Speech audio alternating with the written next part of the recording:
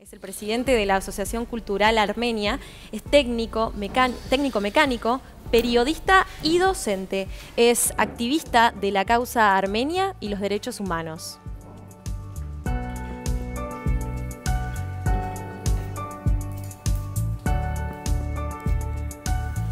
Bueno, muy bien. Estamos recibiendo a Garabet. Gracias por visitarnos y por aceptar la invitación. Muy amable de parte de ustedes. Se lo ve muy bien. Tiene 85 años. ¿Puedo decirle la edad? Sí, cómo no. Impresionante.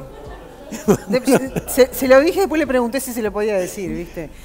Realmente a mí me impresiona que ustedes se impresionen, no sé por qué. No, porque se lo ve muy bien y se lo muy ve amable. Vital. Ahora vamos a hacer una prueba si estoy tan bien. Pues yo creo que sí, yo creo que va a andar muy bien usted. Bueno, no, estamos en el medio de un conflicto armado, ¿no? Ya se le puede decir que es una guerra. Es una guerra. Es una guerra porque ya más de 400 personas han muerto.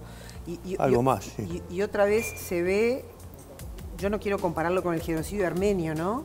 Pero sin embargo, la embajadora de Armenia en la República Argentina, con representatividad para los países de acá, entre ellos Uruguay, decía que temía por la vuelta de un genocidio. Sí.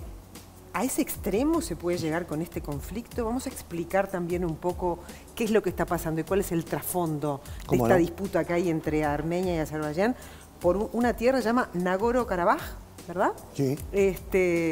Que está en un 95% poblada por armenios, pero que le correspondería a Azerbaiyán o que es una región autónoma donde se disputan los derechos de para quién es esa región. Si nos puede explicar para entender lo que está pasando, porque las imágenes son tremendas las que estamos viendo ahora en la televisión todos los días. Bueno, es una buena introducción. Si ustedes me permiten, yo quisiera hacer una comparación, porque en general el público cuando oye hablar sobre todo de regiones o de lugares tan distantes, dice Armenia o dice Karabaj o dice Azerbaiyán incluso, no tiene una idea de lo que es las dimensiones que están en juego, las dimensiones geográficas. Sí. Yo le pedí a sus compañeros de producción si era posible proyectar un mapa del Uruguay con sus divisiones departamentales. Sí, a ver, no sé si es posible, me confirman si es posible. Ahí tenemos, acá tenemos el mapa, mírelo acá. Bueno, muy bien. El mapa del Uruguay. ¿Yo me puedo levantar un momento? Por supuesto que se puede levantar, claro que sí. Así nos va... Ahí está. Vamos a tomar dimensión de la superficie que tiene la región en disputa. A ver. Si sumamos Salto y Tacuarembó, sí, vamos a tener una superficie aproximadamente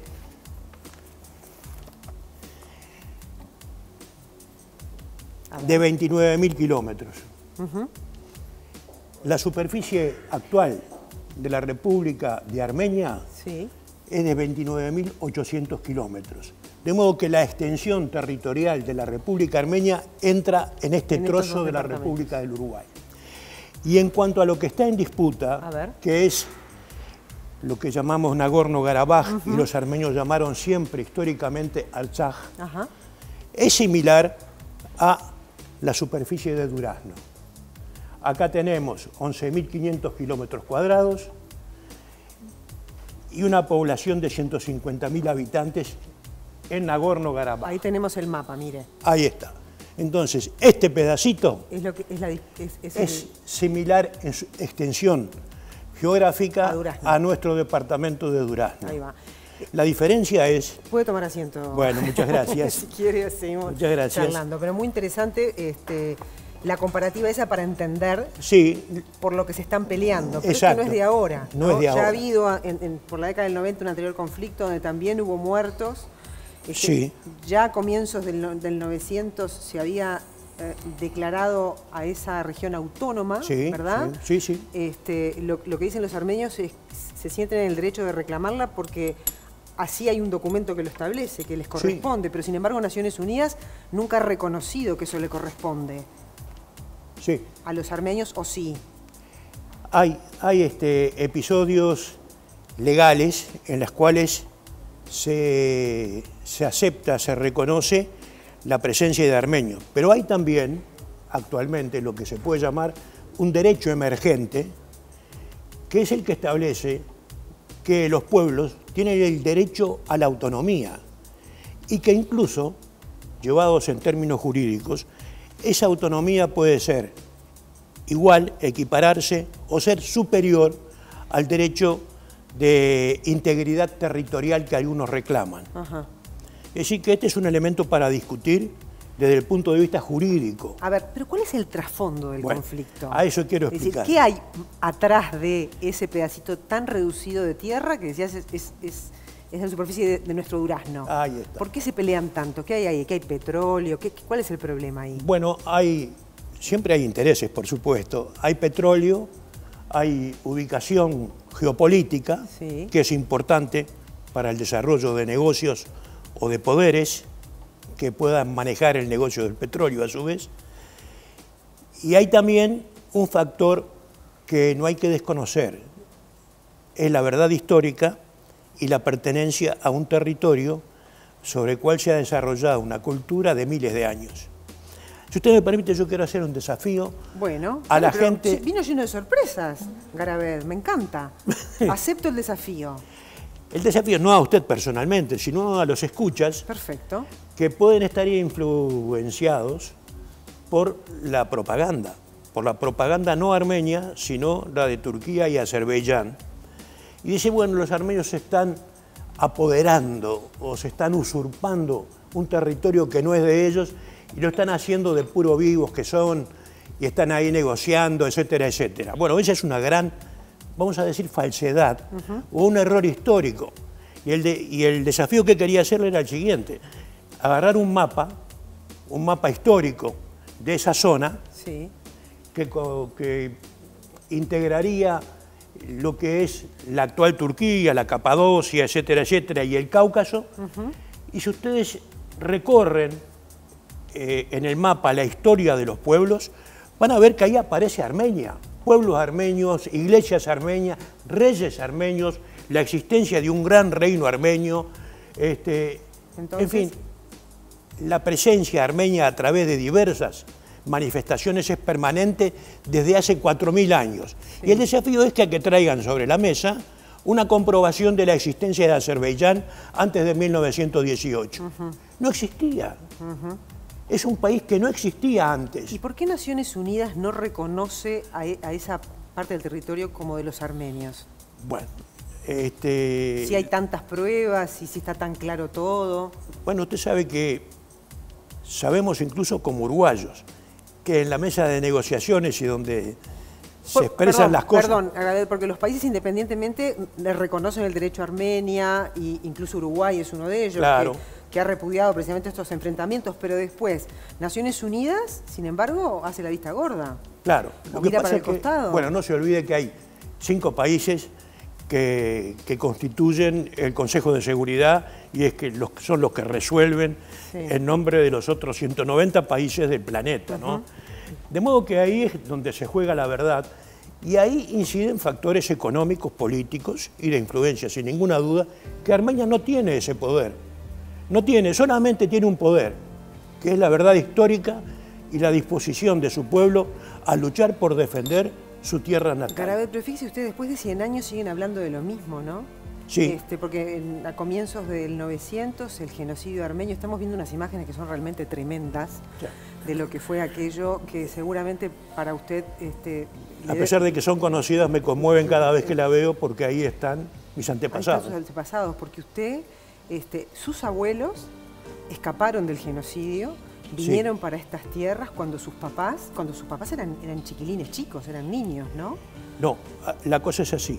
Eran jóvenes, sí. Mi padre, con un hermano y una hermana, lograron salir después de hacer la travesía por el desierto de Siria, desembarcaron una forma de decir, en el Líbano, en un barrio que las autoridades libanesas otorgaron a los armenios que venían en situación miserable, desarrapados, hambrientos y enfermos, en una zona cenagosa, y le dijeron, bueno, instálense ahí, pusieron carpa. De ahí comenzaron a hacer sus ranchos de lata y de lona y salieron, se arrimaron al puerto y cuando vieron que del otro lado del Atlántico había posibilidad de sobrevivir, pasaron la mayoría, porque en ese momento el Líbano era dependencia de Francia, pasaron a Francia justamente esos emigrantes y la mayoría de ellos desembarcó en Marsella, que era el gran puerto. Y después, viendo los puertos y los barcos que zarpaban del puerto, bueno, a suerte y verdad elegían, unos iban a Estados Unidos, otros llegaban a estas costas sin saber que era Uruguay, y que era América del Sur. Y la diáspora acá de los armenios es bastante importante ahora acá en el Sí, Uruguay. ahora es importante. Está diáspora desparramada por todo el planeta, ¿no? Sí, mi caso es singular, no porque sea único, sino que es paradigmático. Digo, mis padres se conocieron en el Uruguay, en la Villa del Cerro, y se casaron acá, y yo nací acá. Cuyos padres de ellos, los dos tenían la misma historia. Mi madre vino con sus padres, salió de lo que se llama Estambul. Sí. Porque la situación para los armenios era insostenible ahí también, ¿no? Estaban sometidos permanentemente a diversas vejaciones. Y dejaron parte de la familia, ya mayores, constituidos sus propias familias, establecieron otros destinos.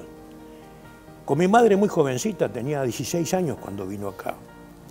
Mi padre era un poco mayor y vino con su hermano mayor y una hermana. La hermana falleció cuando llegó acá. Y se conocieron los dos en la Villa del Cerro. Mi padre tenía 30 y tantos años y mi madre tenía pocos años, saliendo de la adolescencia. A mi abuelo materno yo no llegué a conocerlo porque falleció 15 días antes de nacer yo. Tuvo una enfermedad, la atención médica, etcétera, etcétera, y falleció. De modo que yo nací conociendo a mi abuela materna, la única. Y quiero trasladarles esta imagen. Yo veía a mi abuela permanentemente con pañoleta negra y muchas veces inclinada sobre un brasero que le había construido mi padre con una lata y un trespié, sobre el cual tenía su montoncito de carbones prendidos casi permanentemente, y su pasatiempo era tomar un carboncito de acá y ponerlo arriba y sacar de para mantener siempre vivas las brasas. Pero yo veía que lloraba ella muchas veces. Y cuando era un poquito mayor me atreví y le dije, ¿por qué lloras, abuela? Y no me contestó. Unos años más tarde, la escena se repitió, pero yo era más cargoso ya. Y entonces ella me dijo... Se emociona Garabed. Por los muertos, me dijo. Y yo le pregunté, ¿y qué muertos? Los que quedaron allá. Me dijo, ¿y dónde?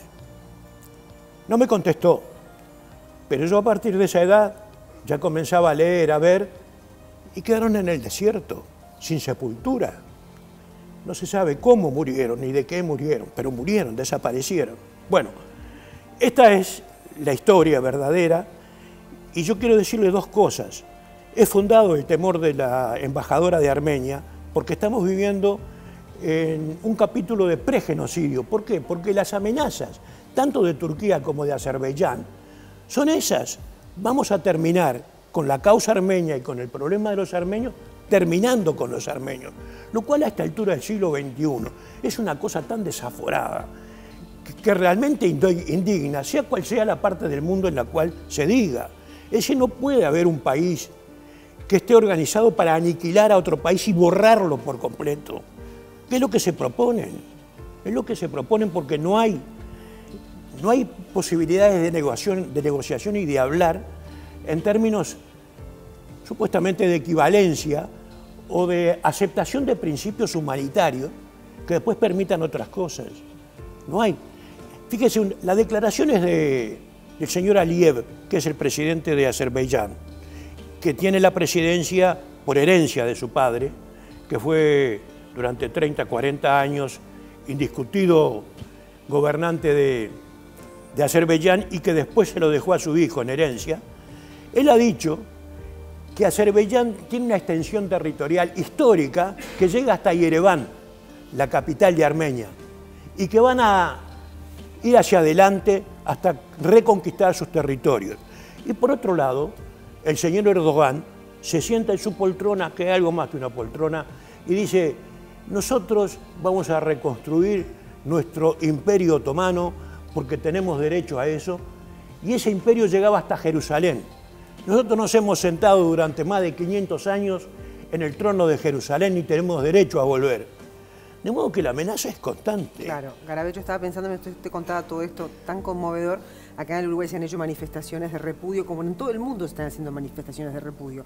Lo que falta es que vuelvo con esto, que Naciones Unidas, que es el órgano que está para eso, dé una señal de paz, ¿no? Porque hubo un alto al fuego que se rompió y esto, por lo que usted cuenta, va a seguir y va a seguir y va a seguir. Y no nos podemos permitir como humanidad otro genocidio. Ya veíamos esas imágenes tremendas. Mire cómo están dejando ya zonas donde están los civiles, ¿no? Porque están matando civiles. Sí, sí. Y eso no nos los podemos permitir como humanidad. Exacto. Es una vergüenza, es un papelón. La elocuencia de las imágenes, Azerbaiyán no puede mostrar ni una ciudad de ella bombardeada. En cambio, los armenios la pueden mostrar en este momento, bombardeadas con misiles y con artefactos de distinta índole y con bombas de racimo que están prohibidas y que les son suministradas a Azerbaiyán.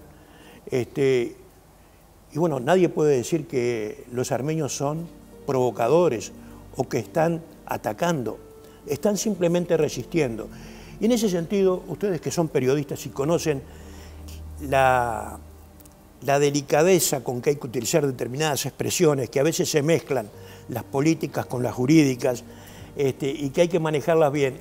Las agencias noticiosas, me permite hacer un paréntesis de duda de mi parte, decir esto. En 30 segundos, que tengo que cerrar. Dicen, la provincia o el enclave separatista de Nagorno-Karabaj, y eso es una falsedad que yo le pediría pusiéramos el ánimo para superarlo, porque es una falsedad histórica y geográfica. Bueno, por eso los invitamos, para conocer más de primera mano y con un testimonio que ha dado usted elocuente de cuál es la verdadera situación que se está atravesando y cuáles podrían ser los caminos para llegar a la paz. Le agradezco mucho, Garabé, ha sido realmente un gusto conocerlo. Bueno, como siempre, los agradecidos somos nosotros. Yo me siento agradecido por el gesto humanitario que nos permite aproximarnos, pero tengo la plena confianza de que estoy ejerciendo un derecho como ciudadano uruguayo de pelear por la patria de mis abuelos y agradezco mucho tener la solidaridad de ustedes, que es en la mirada y en el gesto que nos reconocemos los uruguayos. Muchas gracias. Muchísimas gracias a usted.